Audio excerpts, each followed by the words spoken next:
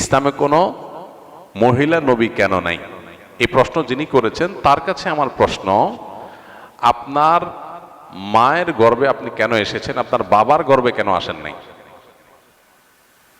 আপনার ভাই বোন 4 জন 5 জন 6 জন যে কয়জনই আছে, এই ভাই বোনের সবাই মায়ের গর্ভে কেন আসছেন? 2 জন মায়ের গর্ভে আসলে 2 জন বাবার গর্ভে আসতেন, এটা কেন নাই? এটার উত্তর দেন।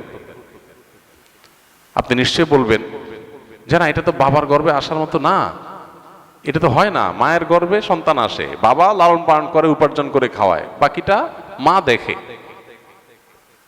তো আল্লাহ রাব্বুল আলামিন পুরুষদের জন্য কিছু ডিউটি দিয়েছেন, মহিলাদের জন্য কিছু ডিউটি দিয়েছেন। আল্লাহ পুরুষদেরকে সৃষ্টি করেছেন কিছু ডিউটির জন্য উপযোগী করে, মহিলাদেরকে সৃষ্টি করেছেন কিছু ডিউটির জন্য উপযোগী করে।